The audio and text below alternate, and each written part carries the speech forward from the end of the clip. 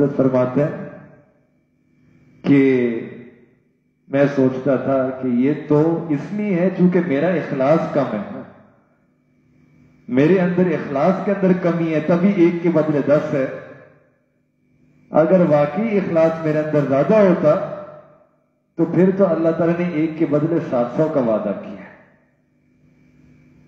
تو یہ تو میری اپنی کمی، اپنی کمزوری ہے کہ مجھے 10 ملے ہیں، ورنہ تو اللہ تعالیٰ کا وعدہ تو اس سے بھی زیادہ ہے۔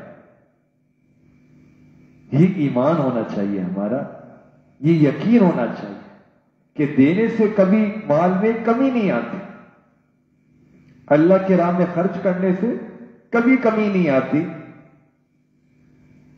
اللہ کی راہ میں خرچ کریں،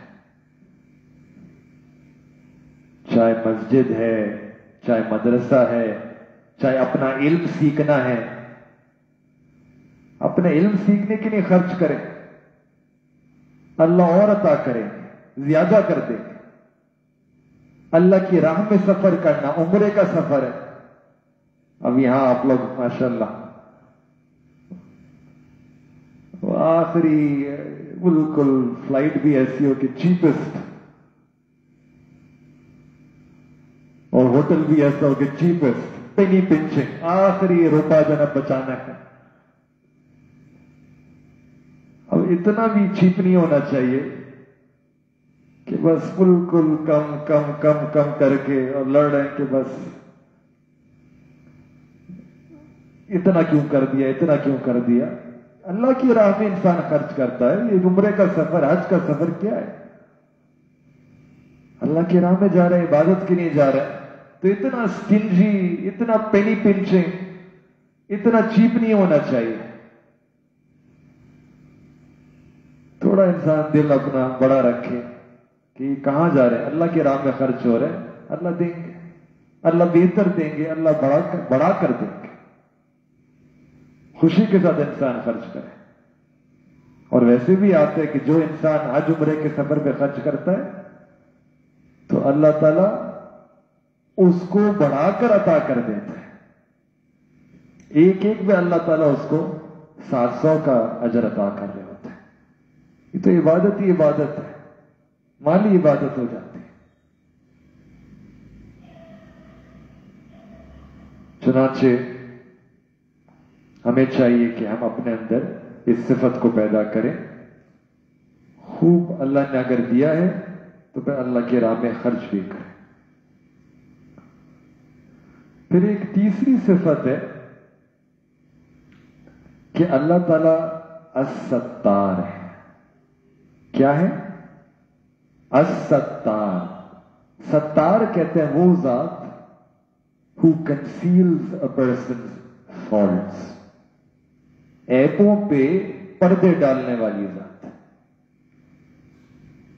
ہمیں چاہیے کہ ہمارے اندر بھی یہ صفت ہو کہ ہم اور لوگوں کے عیبوں پہ پردے ڈالا کریں، ستر پوشی کا معاملہ کیا کریں۔ حدیث مبارکہ میں ہے کہ the one who conceals the faults of other people، اللہ تعالیٰ will conceal their faults in the dunya and in آخرہ۔ اللہ گناہوں پہ پردے ڈال دیں گے۔ اور جب انسان لوگوں کے عیبوں کو کھولتا ہے، کھریچتا ہے، بیان کرتا ہے، اوروں کے سامنے ظاہر کرتا ہے، پھر اللہ تعالیٰ اس کے اپنے عیبوں کو اوروں کے سامنے کھول دیتا ہے۔ پھر وہ چاہے انسان اپنے گھر کے کمرے کے اندر بند ہو، وہاں اللہ تعالیٰ اس کو ذلیل کر دیتا ہے۔ تو یہ بہت عام سا گناہ ہو چکا ہے ہمارے زمانے میں بھی، اسی کہ کسی کو کسی کے بارے میں تھوڑی سی چیز پتہ چلتی ہے اور فوراً وی ایکسپوز دیٹ پرسن، ہم اس کو افشا کرتے تھے، ایک کو بتاتے ہیں، دوسرے کو بتاتے ہیں، broadcast, we tell it to other people. یہ اچھی بات نہیں ہے، یہ اچھی صفت نہیں ہے، یہ بالکل غلط ہے، ایسا نہیں کرنا چاہیے۔ If you come to know of a weakness, of a fault in some person, hide it, conceal it، اس پہ چادر ڈال دیں، اللہ تعالیٰ ہمارے عیبوں کی پردہ پوشی فرما دیں گے. ہم یہ بھی تو یاد رکھیں نا کہ اللہ تعالیٰ نے ہمارے کتنے عیبوں کے اوپر پردے ڈالے ہوئے.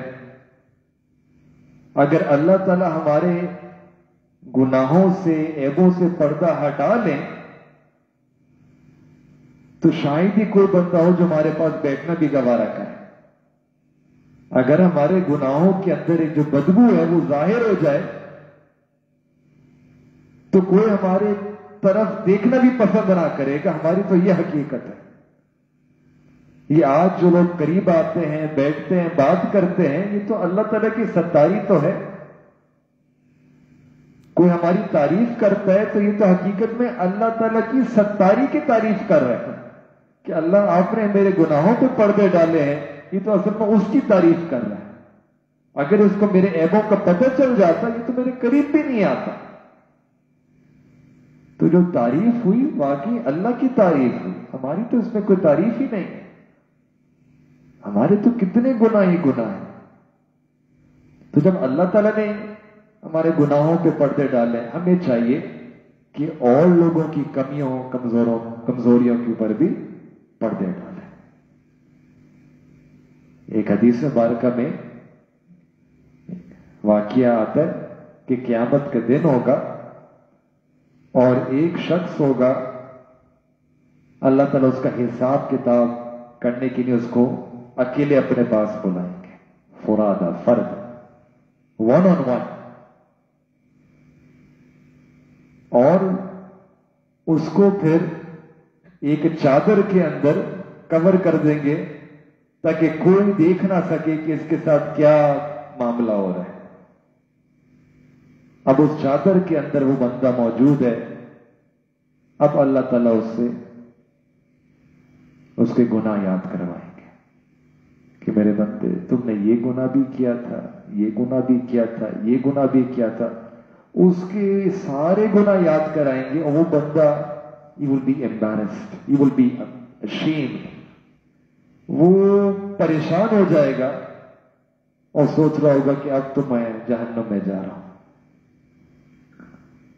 اب تو مجھے کہا جائے گا کہ بھائی جہنم میں جاؤ. پھر جب سارے اس کے گناہ گنوا دیے جائیں گے پھر اللہ تعالیٰ کہیں گے کہ میرے بندے میں نے دنیا کے اندر تمہارے گناہوں کے اوپر پردہ ڈالا، آج میں تمہارے گناہوں کے اوپر دوبارہ سے پردہ ڈالتا ہوں. پھر اللہ تعالیٰ کی رحمت کا ظہور ہوگا. اللہ تعالیٰ فرمائیں گے کہ چلو تمہارے آج میں گناہوں کو نیکیوں سے بدل دیتا ہوں. جتنے گناہ تھے اللہ ان کو نیکیوں سے بدل دیں گے. اب وہ جو چادر ڈالی تھی اس کو ہٹایا جائے گا اور لوگ دیکھیں گے کہ اس کے نامہ اعمال میں تو نیکیاں ہی نیکیاں ہیں. لوگ حیران ہوں گے کہ یہ کون سا اللہ کا ولی ہے، یہ کون سا اللہ کا دوست ہے، کتنا بلند مرتبے والا اللہ کا ولایت والا بزرگ ہے کہ اس کے نامہ اعمال میں تو صرف نیکیاں ہی نیکیاں ہیں، گناہ ہے ہی نہیں. لوگ یہ سوچ رہے ہوں گے اور اس کی حقیقت وہ خود جانتا ہوگا کہ میرا کیا معاملہ ہوا. اللہ تعالیٰ کی ستاری ہے.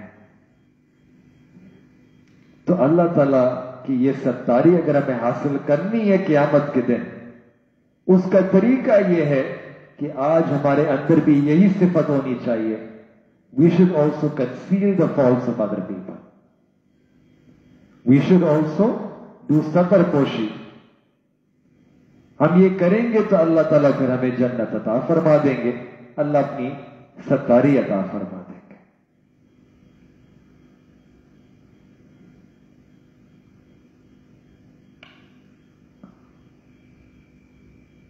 اور چوتھی صفت اللہ تعالیٰ کی ہے کہ اللہ تعالیٰ الحلیم ذات ہے، حلم والی ذات. اللہ تعالیٰ has forbearance. forbearance کسے کہتے ہیں؟ تحمل مزاجی. کہ آپ کسی کی غلطی کو دیکھیں لیکن یو ڈونٹ ریئیکٹ، یو تحمل کے ساتھ آپ معاملہ کریں. یو ایکسرسائز فوربیئرنس، حلم کا مظاہرہ کریں کہ فوراً ہی you don't react and respond to that person. یہ حلم اللہ تعالیٰ کو پسند ہے. یہ نہیں کہ فوراً ہی غصہ ہو گئے، فوراً ہی آپ نے اس کو بدتمیزی کرنا شروع کر دی، you insult that other person. ایسا نہیں. To have فوربیئرنس. اللہ تعالیٰ وَكَانَ اللَّهُ عَلِيمًا حَكِيمًا. یہ آیت کتنی عجیب ہے کہ اللہ تعالیٰ کا علم بھی سب سے کمال والا اور اللہ تعالیٰ کی حلم بھی سب سے کمال والی. عام طور پہ we overlook the mistakes of the other person thinking کہ ہمیں اسٹوری پتہ نہیں ہے. We give benefit of the doubt to the other person. ہمیں علم ہمارا انکمپلیٹ ہوتا ہے، کہتا ہے مجھے پتہ نہیں، ہو سکتا ہے یہ ہو سکتا ہے یہ ہو سکتا ہے یہ ہو.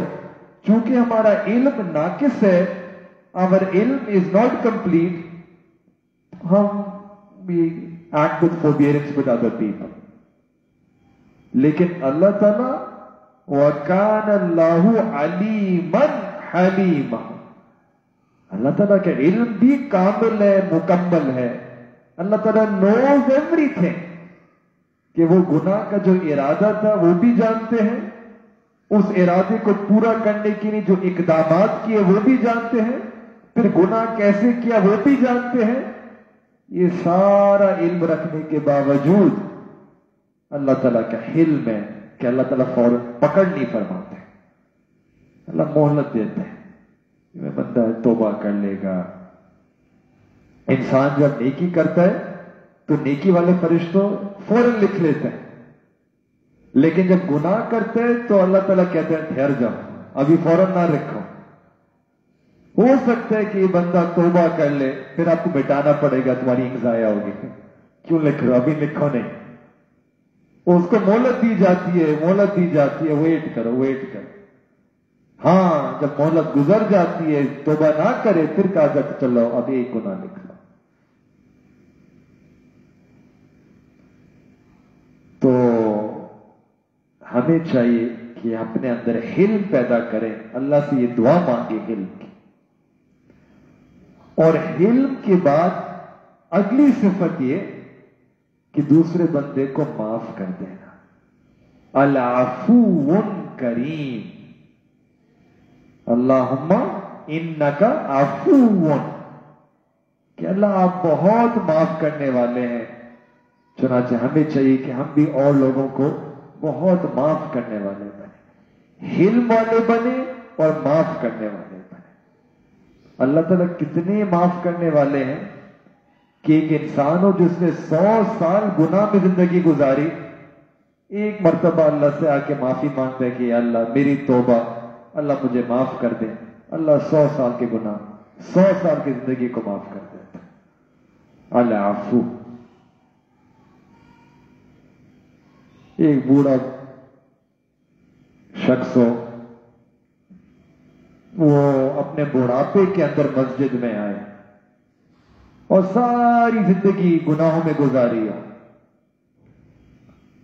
اب مسجد کے دروازے پہ آتا ہے، اللہ تعالیٰ اس کو تانا نہیں دیتے کہ اب آ رہے ہو، اب تو نہ جوانی میں جتنی مستی کرنی تھی کر لی، سارے گناہ کر لیے، اب آ رہے ہو جب کھڑے بھی نہیں ہو سکتے، نہ پیٹ میں تمہاری آنت ہے نہ منہ میں دانت ہے، اب آ کے توبہ کر رہے ہو.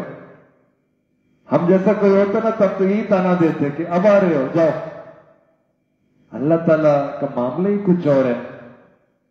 وہ بوڑھا شخص جب آتا ہے اللہ تعالیٰ خوش ہوتے ہیں اس کا. اللہ تعالیٰ ویلکمز دیٹ پرسن، استقبال فرماتے ہیں کہ آ گئے کب سے انتظار تھا، آ جاؤ. اور ایک ہی لمحے میں اللہ تعالیٰ اس کے ساری زندگی کے گناہوں کو معاف فرماتے ہیں. تمہارا ہی تو انتظار تھا، آنے میں دیر کر دی، دیر سے آئے لیکن آ گئے. اللہ تعالیٰ سب کو معاف فرما دیتا ہے. اللہ تعالیٰ doesn't rebuke that person. doesn't criticize that person. اللہ تعالیٰ کہتے ہیں کہ بھائی آ گئے، سب معاف کر دیا. پوری زندگی ضائع کر کے بھی انسان آتا ہے اللہ تعالیٰ کے پاس، اللہ تعالیٰ اس کو بھی قبول فرما دیتا ہے. چنانچہ اللہ تعالیٰ بہت معاف کرنے والے ہیں اور معاف کرنے کو پسند کرتے ہیں، اور جو جتنی جلدی معاف کرتا ہے اللہ اس کو اتنی جلدی اللہ معاف فرماتا ہے. اللہ تعالیٰ تو یہ اعلان فرماتے ہیں کہ میرے بندے، میں تمہارے گناہوں کو صرف معاف نہیں کرتا، اللہ اکبر، میں تمہارے گناہوں کو نیکیوں سے بدل دیتا ہوں.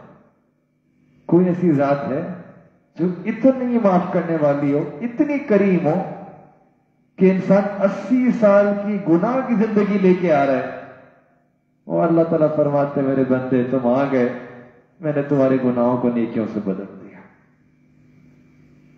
اللہ اکبر. So the more a person has umeed and hope in Allah Ta'ala, they return back to Allah Ta'ala, they make tawbah to Allah Ta'ala, Allah Ta'ala welcomes that person even more. اللہ اس کا خوب استقبال کرتا ہے. یہ صفت ہے اللہ تعالیٰ کی العفو. اور یہی صفت ہے نبی علیہ الصلوۃ والسلام کی. والعافین عن الناس، آپ لوگوں کو معاف کرنے والے تھے. والعافین عن الناس، کہ جب انسان کو غصہ آتا ہے تو انسان والکاظمین الغیظ، پہلے تو غصے کو پی لیں، پھر یو ڈونٹ ریسپونڈ بیک، دوسرے بندے کو معاف کر دیں. اور نہ صرف معاف کر دیں، تیسرا اسٹیپ یہ کہ اس کے ساتھ احسان کر دیں. وہ آپ کے ساتھ برائی کر رہے ہیں، you don't react, you forgive, and on top of that you do good to them. 3 درجے ہیں، 3 levels ہیں. نبی علیہ الصلوۃ والسلام was at the height of اخلاق. تینوں درجے، خلق عظیم وقت. حضرت حمزہ رضی اللہ تعالی عنہ، ان کو ایک شخص وحشی نے شہید کر دیا. نبی علیہ الصلوۃ والسلام کو بہت دکھ تھا، بہت صدمہ تھا. حمزہ رضی اللہ تعالیٰ کے ساتھ نبی علیہ الصلوۃ والسلام کا بہت گہرا تعلق تھا. عمر بھی بالکل قریب قریب تھی، چچا بھی تھے اور قریب قریب کا رشتہ بھی تھا، دوست، بہت گہری دوستی تھی. بہت صدمہ پہنچا. احد کے دن جب باقی صحابہ اکرام کی نماز جنازہ پڑھی جاتی تھی تو اور لوگوں کا جنازہ پڑھا جاتا تھا، پھر ہٹا لیا جاتا تھا، لیکن سیدنا حمزہ رضی اللہ تعالیٰ عنہ جنازہ مستقل طور پہ سامنے رہتا تھا. وحشی نے ان کو شہید کیا تھا. پھر ایک وقت وحشی رضی اللہ تعالی عنہ فتح مکہ کے موقع پہ انہوں نے بھی آ کے ایمان کو قبول کیا، کلمہ پڑھ لیا. نبی علیہ الصلوۃ والسلام نے ان کے ایمان کو بھی قبول فرما لیا. یہ ہوتا ہے معاف کرنا، کہ انسان کو کتنی ذاتی طور پہ تکلیف پہنچی ہو، لیکن جب انسان معافی مانگے تو انسان معاف کرتا ہے. ان کے ساتھ خیر خواہی والا معاملہ ہے. جب نبی علیہ الصلوۃ والسلام ہجرت فرما رہے تھے تو جانے سے پہلے ایک دفعہ آپ کی آخری چاہت تھی کہ میں ایک دفعہ بیت اللہ شریف کے اندر جا کے نماز پڑھ لوں. تو اس وقت ایک شخص تھا عثمان، ہی واز دا کی بیئرر، جو بیت اللہ شریف کی جو کنجی تھی وہ اس کے ہاتھ میں تھی. تو آپ علیہ الصلوۃ والسلام اس کے پاس گئے، کہا کہ مجھے دروازہ کھول دو، مجھے 2 رکعت پڑھنے دو. اس نے منع کر دیا. اب نبی علیہ الصلوۃ والسلام کو دکھ تو بہت پہنچا، لیکن فرمایا کہ عثمان ایک دن ایسا آئے گا کہ جس پوزیشن پہ تم کھڑے ہو وہاں اللہ تعالیٰ مجھے کھڑا کرے.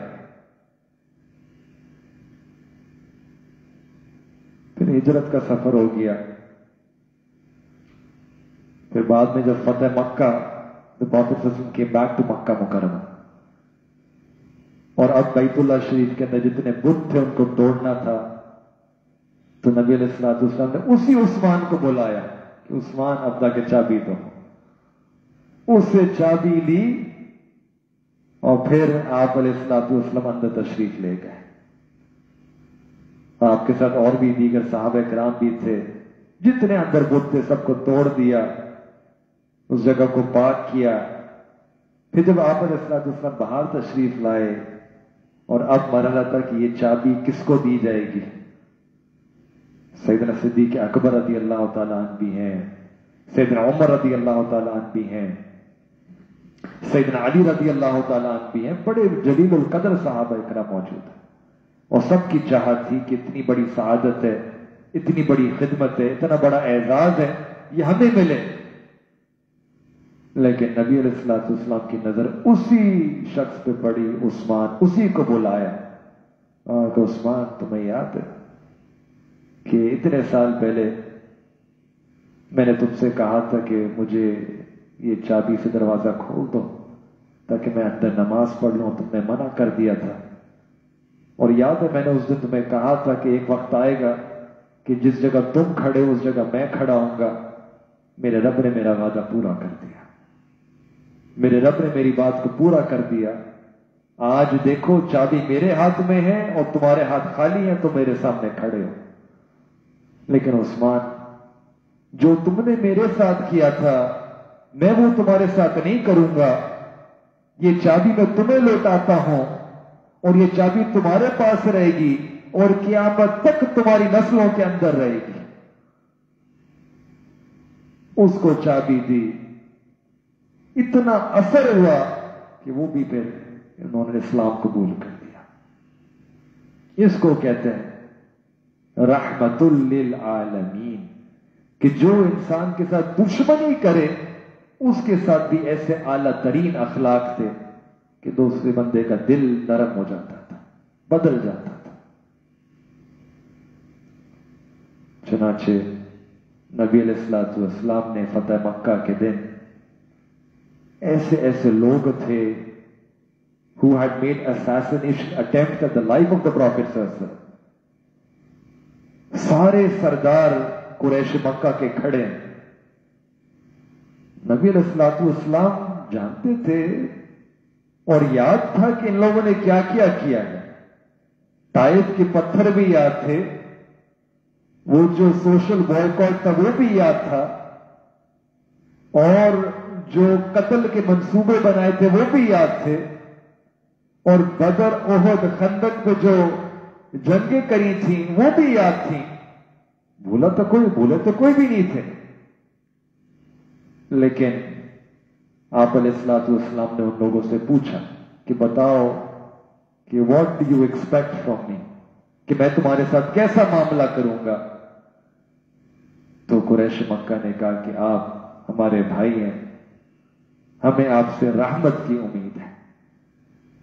چنانچہ نبی علیہ الصلوۃ والسلام نے پھر فرمایا کہ میں تمہیں وہی کہتا ہوں جو سیدنا یوسف علیہ الصلوۃ والسلام نے اپنے بھائیوں کو کہا تھا, لا تثریب علیکم اليوم, کہ جاؤ میں نے تم پہ کوئی گناہ نہیں, میں نے تمہیں سب کو معاف کر دیا. جان کے دشمن تھے لیکن نبی علیہ الصلوۃ والسلام کے اخلاق کتنے اعلیٰ تھے, آپ علیہ الصلوۃ والسلام کا کردار کتنا بلند تھا کہ ان سب کو معاف فرما دیا.